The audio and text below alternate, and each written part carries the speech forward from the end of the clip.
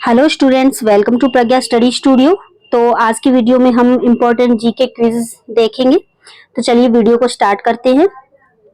हमारा first question है, भारत के स्वतंत्रता संघर्ष के दौरान डेक्कन एजुकेशनल सोसाइटी जो थी उस नामक संस्था, उसकी स्थापना किसने की थी? तो चलिए इसका हम आंसर देखते हैं क्या है। कौन सी सोसाइटी थी? डेक्कन एजुकेशनल सोसाइटी नामक संस्था जो थी उसकी स्थापना किसने की थी? तो हमारा ए ऑप्शन है जवाहरलाल नेहरू ने, ऑप्शन बी है रविंद्रनाथ टैगोर, ऑप्शन सी है बाल गंगाधर तिलक और ऑप्शन डी है व्योमेश चंद्र बनर्जी। तो इसका राइट आंसर जो है वो क्या होगा? बाल गंगाधर तिलक, यानी कि डेक्कन एजुकेशनल सोसाइटी जो थी वो उसकी स्थापना किसने की थी? बाल गंगाधर तिलक ने की थी। अब थोड़ा सबके बारे में थोड़ा देख लेते हैं। जवाहरलाल नेहरू जो थे वो इंडिया के फर्स्ट प्राइम मिनिस्टर थे। कौन थे? इंडिया के फर्स्ट पीएम थे जवाहरलाल नेहरू। नेक्स्ट रविंद्रनाथ टैगोर के बारे में जानते हैं। जन गण मन जो हमारा राष्ट्रगान है वो रविंद्रनाथ टैगोर जी ने ही लिखा। बाल गंगाधर तिलक डेक्कन एजुकेशनल सोसाइटी नामक जो संस्था थी उसके संस्थापक कौन थे? बाल गंगाधर तिलक थे। और बात करें व्योमेश चंद्र बनर्जी की, तो व्योमेश चंद्र बनर्जी जो है वो भारतीय राष्ट्रीय कांग्रेस के प्रथम अध्यक्ष थे। कौन थे? भारतीय राष्ट्रीय कांग्रेस के प्रथम अध्यक्ष जो थे वो व्योमेश चंद्र बनर्जी थे। चलिए नेक्स्ट क्वेश्चन देखते हैं। अगला क्वेश्चन है हमारा, 1857 के गदर के समय भारत का जो गवर्नर जनरल है वो कौन था? Option A Lord Canning, option B Neil Armstrong, option C John Mathai और ऑप्शन डी है विलियम बेंटिक। तो इसका राइट आंसर जो है वो क्या होगा? लॉर्ड कैनिंग, यानी कि लॉर्ड कैनिंग जो थे वो 1857 के समय भारत के गवर्नर जनरल थे। 1857 की क्रांति के समय लॉर्ड कैनिंग जो थे वो, अब इसमें थोड़ा बेसिक चीज बता दूं मैं आपको। 1857 की जो क्रांति थी उस समय लॉर्ड कैनिंग गवर्नर जनरल थे, लेकिन 1858 के अधिनियम के तहत, 1858 के अधिनियम के अंतर्गत क्या हुआ था कि जो गवर्नर जनरल होता था उसे वॉयसरॉय बोला जाने लगा। 1858 के अधिनियम के बाद के अंतर्गत जो था भारत का जो गवर्नर जनरल होता था उसे फिर वॉयसरॉय का नाम दे दिया गया। और लॉर्ड कैनिंग को ही हमारे इंडिया के जो पहले वॉयसरॉय थे वो किसे बनाया गया? लॉर्ड कैनिंग को बनाया गया। ठीक है, आगे देखते हैं। विलियम बेंटिक की बात करें, विलियम बेंटिक कौन थे? तो ये विलियम बेंटिक थे जो भारत के प्रथम गवर्नर जनरल थे। कौन थे? भारत के प्रथम गवर्नर जनरल थे। कौन? William Bentinck. लेकिन हम बात करें लॉर्ड कैनिंग की, तो ये 1857 के समय भारत के गवर्नर जनरल थे। और भारत के प्रथम गवर्नर जनरल अगर पूछ लिए जाए तो कौन थे? विलियम बेंटिक थे। नेक्स्ट क्वेश्चन देखते हैं। नेक्स्ट क्वेश्चन हमारा, निम्न में से किसको जापान का मैनचेस्टर कहा जाता है? तो इसका चलिए देखते हैं। ऑप्शन ए है ओसाका, ऑप्शन बी है टोक्यो, ऑप्शन सी है नागासाकी, ऑप्शन डी है हिरोशिमा। तो इसका राइट आंसर क्या होगा? ओसामा या ओसाका, सॉरी। निम्न में से किसे जापान का मैनचेस्टर, यानी कि जापान में एक सिटी है ओसाका नाम से, तो उसे जापान का मैनचेस्टर कहा जाता है। अब यहाँ मैं आपको एक चीज बता दूं कि मैनचेस्टर क्या है। मैनचेस्टर जो है वो इंग्लैंड का एक औद्योगिक नगर है। इंग्लैंड का एक नगर है, ठीक है, औद्योगिक नगर मैनचेस्टर। इसलिए अलग अलग शहरों को मैनचेस्टर के नाम से जाना जाता है। जैसे हमारे इंडिया की बात करें तो भारत का मैनचेस्टर कौन सा शहर है? सॉरी, भारत का मैनचेस्टर किसे कहा जाता है? तो वो कहते हैं हम अहमदाबाद को। भारत का मैनचेस्टर कौन सा शहर है? अहमदाबाद। और भारत के अगर उत्तर पूर्वी भारत के मैनचेस्टर की बात करें तो उत्तर पूर्वी भारत का मैनचेस्टर किसे बोला जाता है, तो वो है कानपुर शहर, यानी कि कानपुर को उत्तर पूर्वी भारत का मैनचेस्टर बोला जाता है। और दक्षिण भारत का मैनचेस्टर की बात करें तो किसे बोला जाता है, कोयम्बटूर को, तो ये कोयम्बटूर होता है। चलिए नेक्स्ट क्वेश्चन देखते हैं। अब निम्न में से कौन सा देश कोयले का सबसे बड़ा उत्पादक है? ऑप्शन ए है ब्राजील, ऑप्शन बी है Bharat, option C America, option D चीन। तो इसका राइट आंसर होगा ऑप्शन डी चीन। चीन जो है वो कोयले का सबसे बड़ा उत्पादक देश है। चलिए नेक्स्ट,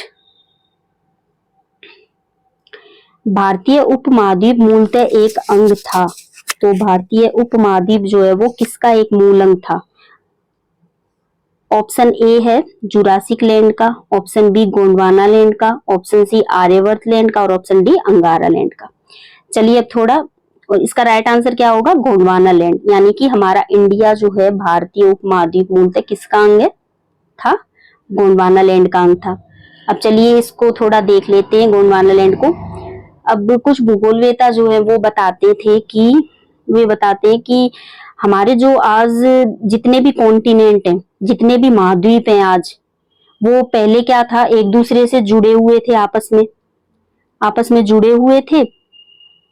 तो इन्हें किस नाम से जाना जाता था, पेंजिया के नाम से जाना जाता था, पेंजिया, जब ये जुड़े हुए थे आपस में। और जो बचा हुआ बाकी का पार्ट जो था, जलीय पार्ट जो है, पानी वाला भाग, उसे क्या कहा जाता था, पेंथालासा, उसे पेंथालासा बोला जाता था।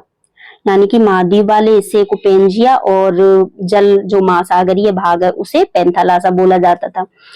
धीरे धीरे टाइम के साथ क्या हुआ कि ये पेंजिया दो भागों में बट गया, दो भागों में डिवाइड हो गया, ऊपर वाला भाग उत्तरी और नीचे वाला दक्षिणी। तो ऊपर वाले भाग को हम अंगारा लैंड बोलते हैं, ऊपर वाला जो पार्ट था उसे अंगारा लैंड नाम दिया गया, नीचे वाला गोंडवाना लैंड कहलाया, नीचे वाला गोंडवाना लैंड। और जो हमारा इंडिया जो है वो गोंडवाना लैंड का ही एक पार्ट है। चलिए आगे देखते हैं। नेक्स्ट है, दिल्ली में स्थित शांतिवन जो समाधि है वो किसकी है? यानी कि दिल्ली में स्थित शांतिवन समाधि स्थल जो है वो किसके मतलब उसमें बनाई गई है, किसकी है? तो देखते हैं। ऑप्शन ए है हमारा इंदिरा गांधी की, ऑप्शन बी है जवाहरलाल नेहरू की, सी ऑप्शन है लाल बहादुर शास्त्री की और डी ऑप्शन है राजीव गांधी की। तो शांतिवन समाधि स्थल है वो किसकी है? ये है जवाहरलाल नेहरू जी की, शांतिवन जवाहरलाल नेहरू जी की है। चलिए और इनकी भी देख लेते हैं, समाधि स्थल के नाम क्या क्या हैं। इंदिरा गांधी की समाधि स्थल को क्या कहते हैं? इंदिरा गांधी की समाधि स्थल को शक्ति स्थल बोलते हैं, शक्ति स्थल कहते हैं। जवाहरलाल नेहरू जी की हो गई शांतिवन। और लाल बहादुर शास्त्री जी की बात करें तो लाल बहादुर शास्त्री जी की समाधि स्थल को किस नाम से बुलाया जाता है? विजय घाट, विजय घाट जो है वो लाल बहादुर शास्त्री जी की समाधि स्थल है।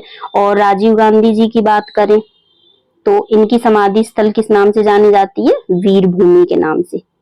राजीव गांधी की समाधि स्थल वीर भूमि के नाम से जानी जाती है। चलिए नेक्स्ट देखते हैं। अगला क्वेश्चन है हमारा, सूर्य के चारों ओर परिक्रमा करने में कौन सा ग्रह सबसे ज्यादा समय लेता है? तो इस देखते हैं। चलो ऑप्शन ए है मंगल ग्रह, यानी कि इंग्लिश में भी याद रखेंगे क्योंकि इंग्लिश में डायरेक्ट पूछ लिया जाता है, उसकी हिंदी भी नहीं दी होती है। तो हम इन जो ग्रह के नेम होते हैं वो इंग्लिश और हिंदी दोनों में याद रखेंगे। मंगल ग्रह को मार्स बोलते हैं इंग्लिश में, बृहस्पति को जुपिटर, शुक्र को वीनस और अरुण को यूरेनस, ये याद रखना है हमें। और बुध को मरकरी बुलाते हैं, और नेपच्यून होता है वरुण ग्रह, और शनि ग्रह को सैटर्न बोलते हैं। चलिए अब देखते हैं, जो इसका राइट आंसर होगा वो क्या होगा? बृहस्पति ग्रह जो है वो सबसे ज्यादा समय लगाता है सूर्य के चारों ओर परिक्रमा लगाने में। क्योंकि ये सबसे बड़ा ग्रह है, आकार और द्रव्यमान दोनों की दृष्टि से सबसे बड़ा ग्रह कौन सा है? बृहस्पति ग्रह है। और यह सूर्य से दूरी के क्रम में, सूर्य से दूरी के क्रम में कौन सा ग्रह है? पांचवा। सूर्य से दूरी के क्रम में पांचवा ग्रह है बृहस्पति। चलिए नेक्स्ट क्वेश्चन देखते हैं अब। महात्मा गांधी का जो जन्म है वो किस वर्ष हुआ था? तो महात्मा गांधी का जो जन्म है वो हमें पता है 2 अक्टूबर, 2 अक्टूबर को हुआ था। और किस सन में हुआ था? 1869 में हुआ था। ठीक है, 2 अक्टूबर 1869 को हुआ था। कहाँ हुआ था? गुजरात के पोरबंदर में, गुजरात के पोरबंदर में हुआ था गांधी जी का जन्म। ठीक है, अब गांधी जी की मृत्यु की बात करें तो 30 जनवरी कब हुई थी? गांधी जी की मृत्यु 30 जनवरी 1948 को हुई थी और नाथूराम गॉडसे ने इनकी हत्या की थी।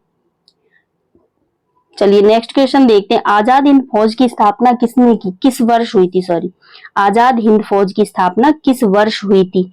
तो इसका राइट आंसर जो है वो क्या होगा? 1942 में हुई थी। आजाद हिंद फौज की स्थापना 1942 में हुई थी। और किसने की थी? नेताजी सुभाष चंद्र बोस ने की थी। नेताजी सुभाष चंद्र बोस जो है इन्होंने की थी आजाद हिंद फौज की स्थापना। चलिए नेक्स्ट क्वेश्चन देखते हैं। अगला क्वेश्चन है हमारा, विश्व स्वास्थ्य संगठन की स्थापना कब हुई थी? विश्व स्वास्थ्य संगठन की स्थापना शॉर्ट में से WHO बोलते हैं, WHO वर्ल्ड हेल्थ ऑर्गेनाइजेशन। ठीक है, इसकी स्थापना जो है वो कब हुई थी? 7 अप्रैल और 7 अप्रैल 1948 में हुई थी। इसीलिए 7 अप्रैल को क्या है? विश्व स्वास्थ्य दिवस मनाया जाता है। 7 अप्रैल को विश्व स्वास्थ्य दिवस मनाया जाता है। विश्व स्वास्थ्य दिवस मनाया जाता है 7 अप्रैल को। और नेक्स्ट है, और इसके अगर हेडक्वार्टर की बात करें हम, WHO का जो हेडक्वार्टर है वो कहाँ स्थित है? WHO का जो हेडक्वार्टर है वो स्विट्जरलैंड के, WHO का जो हेडक्वार्टर है वो स्विट्जरलैंड के जेनेवा में स्थित है। कहाँ है? स्विट्जरलैंड के जेनेवा में स्थित है। ठीक है, चलिए नेक्स्ट क्वेश्चन देखते हैं। गोल्डन गर्ल पुस्तक किससे संबंधित है? तो ये पुस्तक जो है इसका राइट आंसर होगा पीटी उषा। पीटी उषा से संबंधित है। गोल्डन गर्ल नाम की जो बुक है वो पीटी उषा से रिलेट करती है। पीटी उषा की बात करें तो इनको उड़न परी के नाम से भी जाना जाता है। केरल की रहने वाली है, इनको उड़न परी के नाम से भी जाना जाता है। साइना नेहवाल जो है वो इंडियन बैडमिंटन प्लेयर है। बैडमिंटन की जो बहुत ही अच्छी प्लेयर है साइना नेहवाल, उनसे रिलेटेड काफी क्वेश्चन भी पूछे जाते हैं। नेक्स्ट है कर्णम मल्लेश्वरी, ये कहाँ? कर्णम मल्लेश्वरी जो है एक वेट लिफ्टर है। और ये कर्णम मल्लेश्वरी के बारे में बता दूं, ये ओलंपिक में, हमारे जो ओलंपिक गेम्स होते हैं उसमें कांस्य पदक लाने वाली पहली महिला है। कर्णम मल्लेश्वरी जो है वो ओलंपिक खेलों में कांस्य पदक जीतने वाली पहली महिला खिलाड़ी। चलिए नेक्स्ट क्वेश्चन है हमारा, अरावली पर्वत की सबसे ऊंची चोटी, अरावली पर्वतमाला की सबसे ऊंची चोटी कौन सी है? Option A Mount Everest, option B Guru Shikhar, option C Anaimudi, इनमें से कोई नहीं। तो इसका राइट आंसर होगा अरावली पर्वत की सबसे ऊंची चोटी गुरु शिखर है। अब बात करें इसकी तो ये कहाँ स्थित है? राजस्थान में स्थित है। गुरु शिखर जो है वो राजस्थान राज्य में स्थित है और इसकी ऊंचाई लगभग 1722 मीटर है गुरु शिखर की। बात करें माउंट एवरेस्ट की तो माउंट एवरेस्ट जो है वो विश्व की सबसे ऊंची चोटी है जिसकी ऊंचाई कितनी है? लगभग 8848 मीटर। ये है माउंट एवरेस्ट की ऊंचाई। और अनाईमुडी की बात करें तो ये दक्षिण भारत की और पश्चिमी घाट की सबसे ऊंची चोटी है अनाईमुडी, जो कि केरल में स्थित है। चलिए नेक्स्ट क्वेश्चन है, भारतीय सर्वेक्षण विभाग का मुख्यालय जो है वो कहाँ स्थित है? चलिए नेक्स्ट है, भारतीय सर्वेक्षण विभाग का जो मुख्यालय है वो कहाँ स्थित है? तो ये देखते हैं। ऑप्शन ए है हमारा देहरादून, ऑप्शन बी है बेंगलोर, ऑप्शन सी जैसलमेर और ऑप्शन डी है नई दिल्ली। तो इसका राइट आंसर जो है वो क्या होगा? देहरादून। यानी कि भारतीय सर्वेक्षण विभाग का जो मुख्यालय है वो हेडक्वार्टर है वो कहाँ स्थित है? देहरादून में। अब देहरादून के बारे में थोड़ा जान ले। देहरादून जो है वो क्या है? उत्तराखंड की राजधानी है। देहरादून जो है वो उत्तराखंड की राजधानी है। बेंगलोर की बात करें तो ये कर्नाटका की राजधानी है। बेंगलोर किसकी है? कर्नाटका की राजधानी है। जैसलमेर राजस्थान का एक जिला है। और नई दिल्ली और सबसे बड़ा जिला है, राजस्थान का सबसे बड़ा जिला जैसलमेर। नई दिल्ली कैपिटल ऑफ इंडिया, सभी जानते हैं। नेक्स्ट क्वेश्चन देखते हैं। अगला क्वेश्चन हमारा, हिंदी हिंदू हिंदुस्तान का नारा जो है वो किसने दिया था? तो इसका देखते हैं। Option A Bharatendu Harishchandra, option B है हरिवंश राय बच्चन, ऑप्शन सी है लाल बहादुर शास्त्री, ऑप्शन डी जगजीवन रॉय। तो इसका राइट आंसर जो है वो क्या होगा? भारतेंदु हरिश्चंद्र। यानी कि हिंदी हिंदू हिंदुस्तान का नारा जो है वो भारतेंदु हरिश्चंद्र ने दिया था।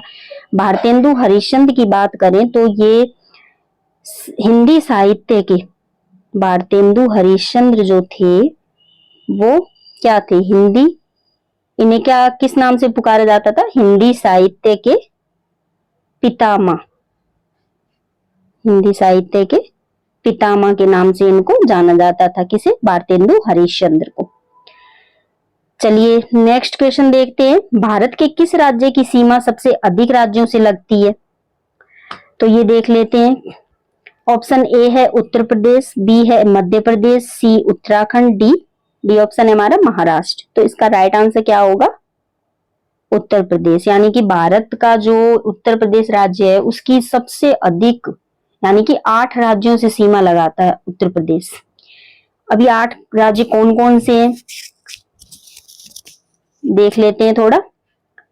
एक हो गया उत्तराखंड, उत्तराखंड। दूसरा है हिमाचल प्रदेश, थर्ड है हरियाणा। कौन सा है? हरियाणा। चौथा है मध्य प्रदेश।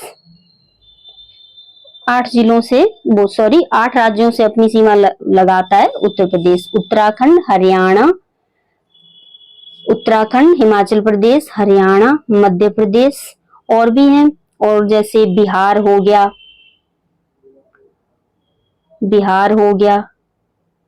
झारखंड हो गया, छत्तीसगढ़ हो गया।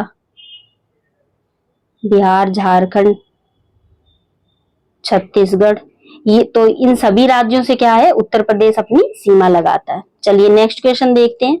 और हाँ, दिल्ली से भी एक केंद्र शासित प्रदेश जो कि दिल्ली है, वो दिल्ली से, केंद्र शासित प्रदेशों में दिल्ली से सीमा लगाता है उत्तर प्रदेश अपनी। नेक्स्ट क्वेश्चन है, हड़प्पा सभ्यता के किस स्थान से कांसे की बनी नर्तकी की मूर्ति प्राप्त हुई थी?